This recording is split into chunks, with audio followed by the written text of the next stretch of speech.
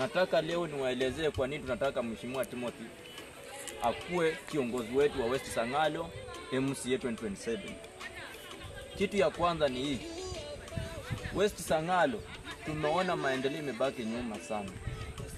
Nimetembea West Sang'alo mzima, nimefika paka Sang'alo huko chini, nimeenda paka Kitale huko, nimeenda Kona Mbaya, nimeenda Masiweji.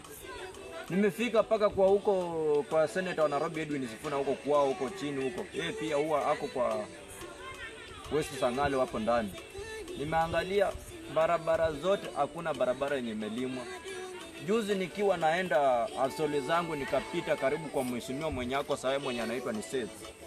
Barabara ya kupita kwake saa hii vijana wadogo, vijana wa miaka 10 mpaka 15 ndio wanachukua jembe wanatengeneza barabara ndio watu waweze kupita wakienda kwa mheshimiwa na hata